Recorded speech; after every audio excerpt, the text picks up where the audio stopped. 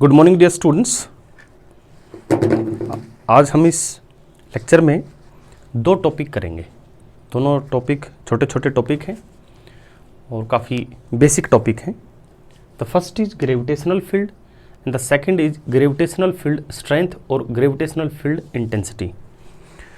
Dear students, suppose we have a particle of mass m,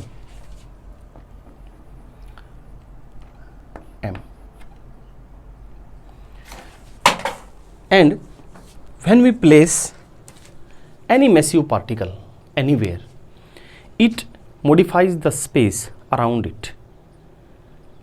Although we cannot experience this modification with some daily life skills और daily life habits,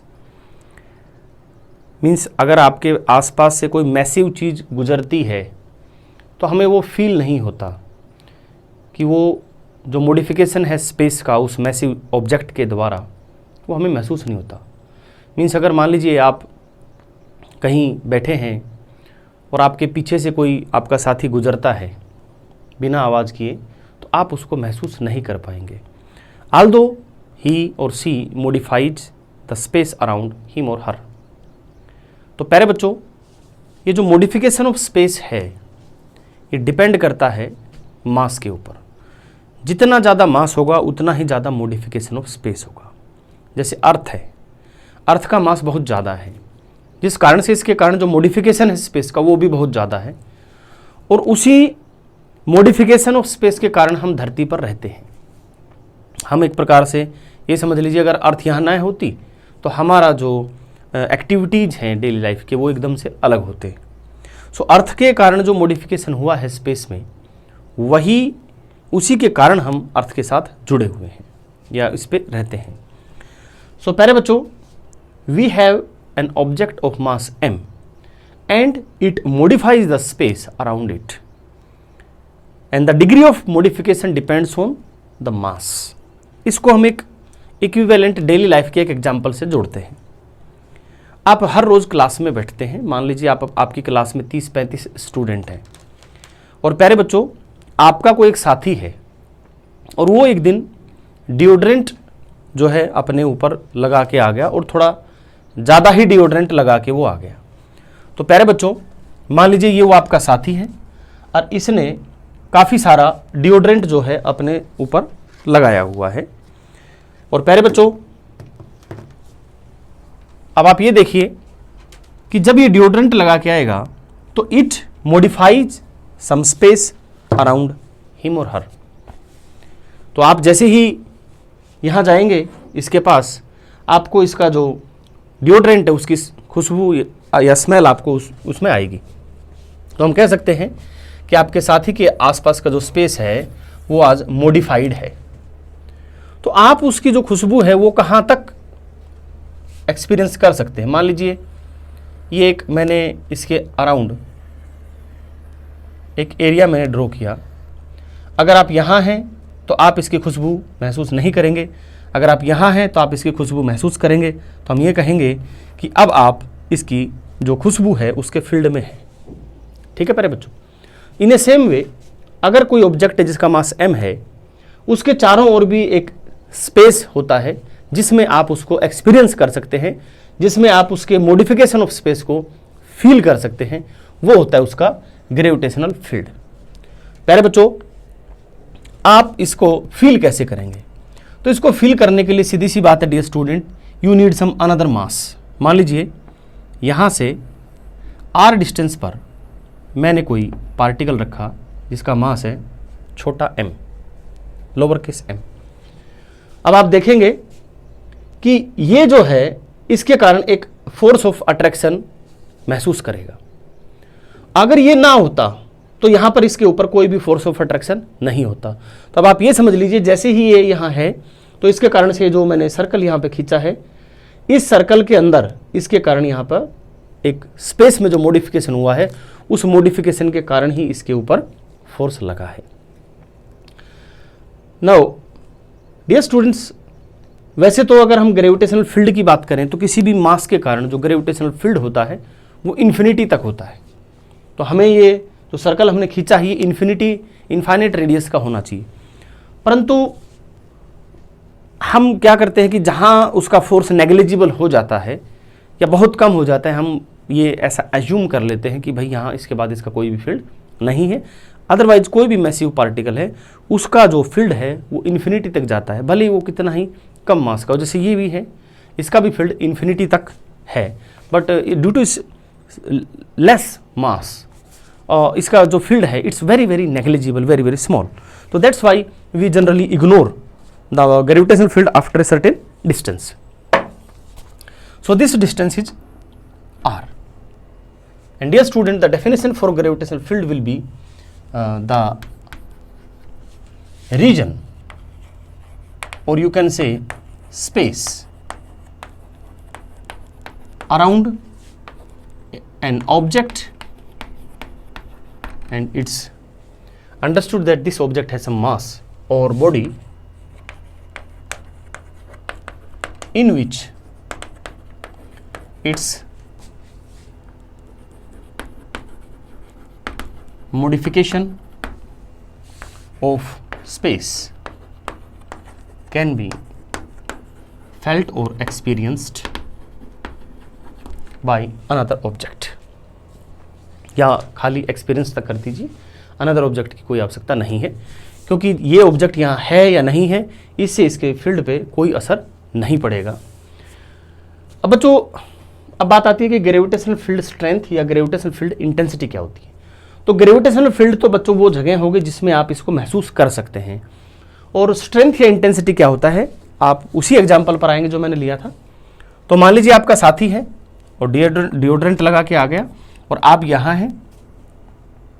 अब जब आप यहाँ होंगे तो आप इस डिओड्रेंट की जो खुशबू है आप उसको महसूस कर पाएंगे, और आप कहेंगे कि आप जो है उस साथी के जो डिओड्रेंट की खुशबू है उसके फील्ड के अंदर है। परंतु अगर आप मान लीजिए यहाँ की बजाय अगर यहाँ होते तो देखिए खुशबू तो डिओड्रेंट की यहाँ भी है यहाँ भी है, दोनों जगह है, लेकिन इन दोनों में फर्क है। यहाँ आप देखेंगे कि वो खुशबू बहुत ज़्यादा है, यहाँ वो कम है। तो उस स्मेल का, उस खुशबू का जो स्ट्रेंथ है, जो इंटेंसिटी है, वो जैसे जैसे आप जाएंगे वो बढ़ेगा। इन अ सेम वे अगर ये हमारे पास कोई ऑब्जेक्ट है और ये दूसरा ऑब्जेक्ट मैं इसके पास लेके जा रहा हूं, तो जो ये मॉडिफिकेशन ऑफ स्पेस है जैसे जैसे आप आगे जाएंगे वो बढ़ेगा। यानी जैसे जैसे आप आगे जाएंगे इसके ऊपर जो फोर्स लगेगा इसके कारण वो और ज़्यादा होता जाएगा। तो किसी भी पॉइंट पर, किसी भी इस स्पेस में किसी भी पॉइंट पर ये कितना फोर्स लगा सकता है, ये इसका ग्रेविटेशनल फील्ड इंटेंसिटी या ग्रेविटेशनल फील्ड स्ट्रेंथ है। अब देखते हैं कि इनके बीच में जो फोर्स है वो कितना होगा। तो प्यारे बच्चों, जो फोर्स होगा इनके बीच में according to Newton's law that will be G/m/r²। अब ये जो क्वांटिटी हमने लिखी है force, actually this force is a function of mass of this object as well as of this object. हम अगर ग्रेविटेशनल फील्ड स्ट्रेंथ या इंटेंसिटी इस मास के कारण फाइंड आउट करने वाले हैं तो थोड़ी देर के लिए इसका हम नाम रख देते हैं से इट्स सोर्स ऑफ फील्ड। ठीक है, तो जो हमने सोर्स लिया है फील्ड का उसके मास पर भी डिपेंड कर रहा है ये, और जो यहां पर आया है उसके ऊपर भी डिपेंड कर रहा है, दोनों पर डिपेंड करता है। अब प्यारे बच्चों, अगर ये हम इसके कारण यहां पर इंटेंसिटी मालूम करें तो जो मास हम यहां पर लेके आएंगे, अगर हम वो मास ज़्यादा ले आए तो फोर्स ज़्यादा लगेगा, कम लेके आएंगे तो कम लगेगा। तो हमें जो आंसर मिलेगा वो इन दोनों के कारण फोर्स का मिलेगा, केवल इसके कारण नहीं मिलेगा। तो हम चाहेंगे कि इस पॉइंट पर जो मॉडिफिकेशन ऑफ स्पेस है वो सिर्फ और सिर्फ इसके कारण हमें मालूम करना है, ना कि इसके कारण। तो हम क्या करेंगे, हम इस क्वांटिटी को इस m से इंडिपेंडेंट करना चाहेंगे। यानी हम चाहेंगे कि क्वांटिटी जो भी हमारे पास आए वो इस m पर डिपेंड ना करे, क्योंकि अगर इस m पर यह क्वांटिटी डिपेंड करेगी तो आपको जो इंफॉर्मेशन मिलेगी वो प्रॉपर नहीं मिलेगी। जैसे उदाहरण ले लीजिए, आप उसी उदाहरण पे आ जाइए। ये आपका दोस्त है, ये डिओड्रेंट लगा के आया है। अब ये जो आपका दोस्त आता है दूसरा, इसको चेक करने के लिए ये आप आते हैं कि ये इसने जो डिओड्रेंट लगाया है उसका यहाँ पर असर है कि नहीं। अगर मान लो आपको जुकाम हो रखा है, अगर आपको जुकाम हो रखा है तो सीधी सी बात है, हो सकता है आप यहाँ आकर के कहें कि मुझे कोई स्मेल नहीं आ रही, यानी आप एक सही इन्फॉर्मेशन नहीं देंगे। अगर आपका एक दूसरा साथी है, उसको जुकाम नहीं हो रहा, वो यहाँ आएगा तो वो कहेगा यहाँ पे स्मेल है, आप कहेंगे यहाँ पे स्मेल नहीं है क्योंकि आपको जुकाम हो रखा है। तो इस कारण से यहाँ पर जो इन्फॉर्मेशन आएगी एक पॉइंट पर वो दो आ गई। या आप इसको ऐसे समझ लीजिए कि आप यहाँ पर आते हैं, आप पूछते हैं, आपसे हम पूछते हैं भाई आप यहाँ फील्ड है कि नहीं, और आप बिल्कुल स्वस्थ हैं, कोई जुकाम नहीं, आप कहेंगे जी है। आपका एक साथी आता है और उसने स्वयं अपने ऊपर काफ़ी सारा डिओड्रेंट लगा रखा है और वो यहाँ है। अब हम कहेंगे भाई कि डिओड्रेंट का स्मेल आ रहा है, वो कहेगा आ रहा है। अब एक्चुअल में जो स्मेल आ रहा है वो तो उसके खुद का डिओड्रेंट का आ रहा है, इसका नहीं आ रहा। तो अगेन हमें गलत इंफॉर्मेशन मिलेगी। हम कहेंगे कि यहाँ फील्ड नहीं है, आपका साथी कहेगा यहाँ पे फील्ड है।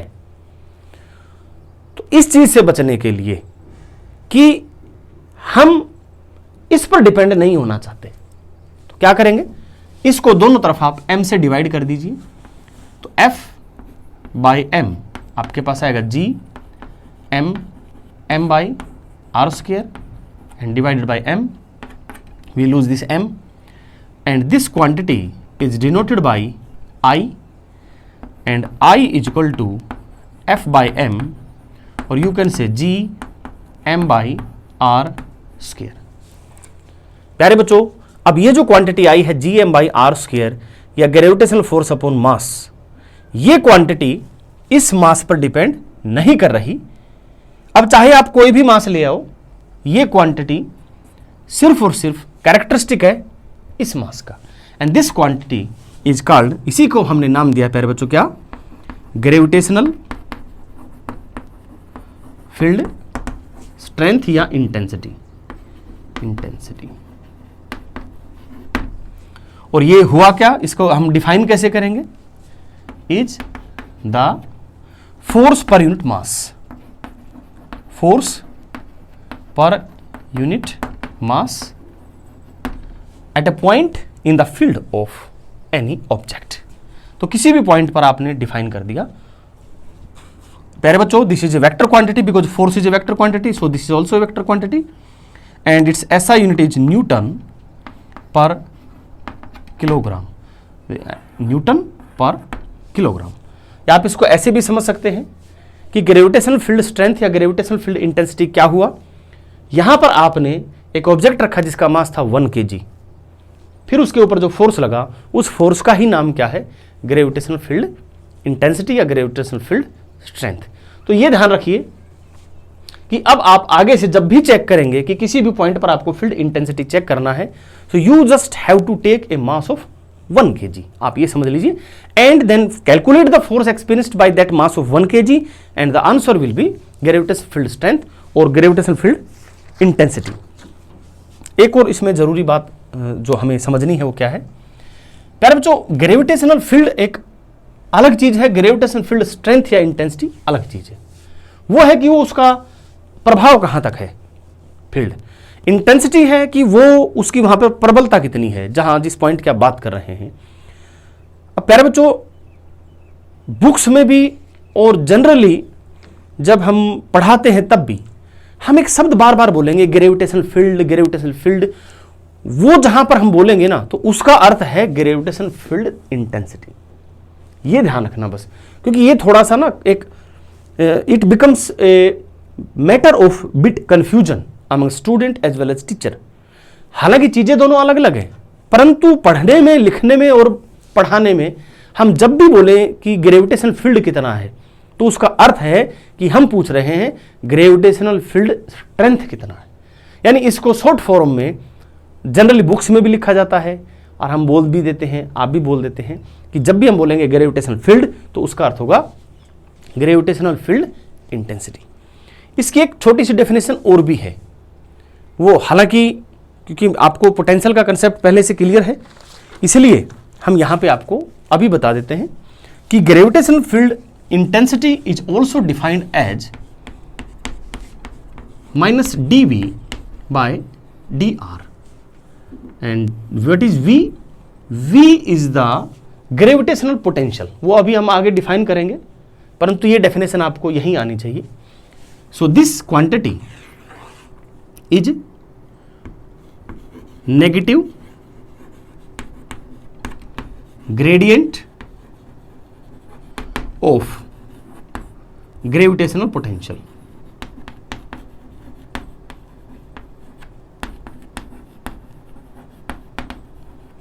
Okay, so I is minus dV by dr. This is also one of the definition of gravitational field strength or gravitational field intensity. Here dV is very small change in gravitational potential when we change the distance by a very small amount dr. Thanks for watching the video, प्यारे बच्चों।